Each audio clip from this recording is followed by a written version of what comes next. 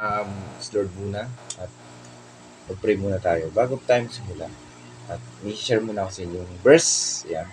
Sabi doon sa unang sa 1 John chapter 3 verse 8 hanggang 9. Yan. Ang nagpapatuloy sa pagkakasala ng Diablo, sapagkat sa simula pa ay nagkasala na ang Diablo.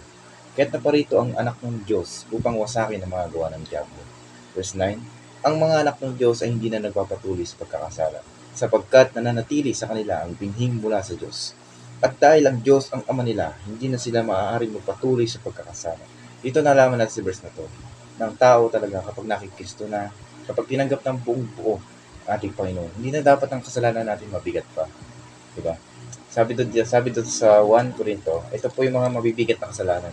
Ito. Sabi po doon sa first 1 Corinthians chapter 6. Yan, chapter 6, verse 9. Yan, hindi ba ninyo alam na ang makasalanan ay walang bahagi sa kaharian ng Diyos? Diba? Huwag ninyong dayain ang inyong sarili. Ang mga nakikiapid, sumasamba sa Diyos-Diyosan, nangangalunya, nakikipagtalik sa kapwa lalaki o kapwa babae. Verse 10, nagnanakaw, sakim, nagdalasing, nanlalait ng kapwa o nandaraya ay walang bahagi sa kaharian ng Diyos. Nalaman natin ito kapatid na itong mga bagay na mabibigat na kasalanan. Kapag tayo nakikristo na, hindi na dapat tayo na magkasala pa ulit. Hindi na dapat ganito kabigat. Kapag alam na natin na nakikristo tayo, dapat talaga natin malaman na tayo talaga yung maipanganak ulit sa Espiritu. Asahin natin itong, sa 1 verse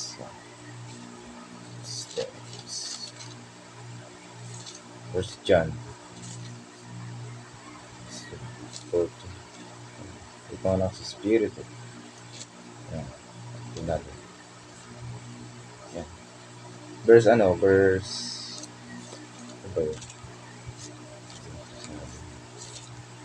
Wala. Yan. Sabi sa John chapter 3 hanggang verse 1 hanggang 6. May isang Pariseo na nagngangalang Nicodemo ng pinuno ng mga Hudyo. Yan, verse 2. Isang gabi pumunta siya kay Jesus at sinabi, Rabi, nalalaman po namin kayo'y isang tagapagturong mula sa Diyos. Diba? Sapagkat walang makakagawa ng mga himalang ginagawa ninyo kung wala sa inyo ang Diyos. Talaga wala po talaga makakagawa ng himala kung hindi natin kasama ang Lord.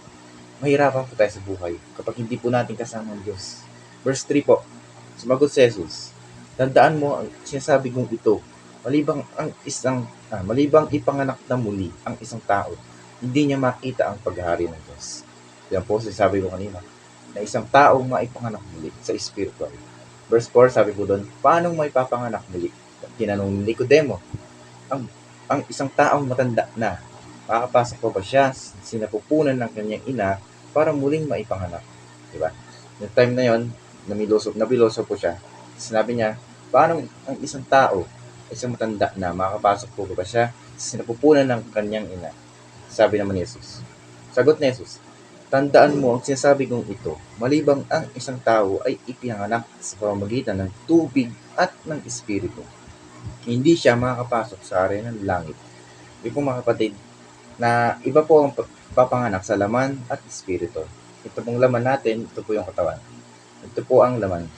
Hindi po ibig sabihin na ipanganak muli. Ibig sabihin, papasok po tayo sa sinapupunan ng ating ating ina. Hindi po ganoon. Sabi po doon, ang taong ipinanganak sa verse 6, taong ipinanganak sa laman ay laman. At ang ipinanganak sa Espiritu ay Espiritu. Na malalaman natin mga kapatid, na ang ipanganak sa Espiritu ay Espiritu. Totoo po ba na talaga na ang spiritual, bagong spiritual, ay hindi na dapat nagpapatuloy sa pagkakasala? Ang taong ipinanganak muli sa spiritual, meron pong commitment, meron pong relasyon sa Panginoon. Yun po ang tatawag na born of spirit. Diba?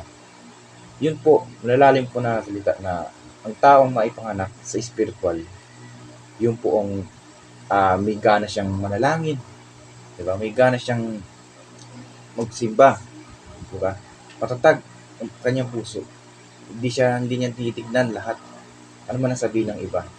Dahil meron siyang pananampalataya. Dahil ipinanganak siya muli sa tubig at Espiritu. At nalaman naman natin ang tubig na nanggagaling sa Diyos. Basahin po natin itong Yan. Tubig na nanggagaling sa Lord and cross. Yan. So, next. Yan. Diyasan. So, just siguro mag-pray muna tayo. So, just pray. Father, Panginoon, alam ko Lord na may isang tao, Panginoon, na nandito Lord sa nakikinig. Nawi Lord, na malaman niya Lord, ang isang taong nasa iyo, hindi nanggap mo bilang anak mo, na hindi na dapat mamuhay sa pagkakasala. Na isang anak mo Lord, at ano man ang mangyayari Lord, ano sa puso niya Lord, na may malaman niya, na merong Kristo na buhay na gumagabay. Panginoon, sa taong ito, Panginoon, hindi ko man nalalaman kung sino siya. Pero Lord, gabayin niyo po siya, Lord. Ituro mo sa kanya ang daan, ang tamang daan. As Lord, na isang anak ng Diyos na hindi na dapat nagpapatuloy sa pagkakasala. Ang tao ay dapat maipanganak muli sa pamamagitan ng tubig at ang Espiritu. Ikaw na Lord ang nagsabi, Lord, na ang taong malibang ang isang tao ay hindi maipanganak muli, na hindi makapasok sa karena ng langit.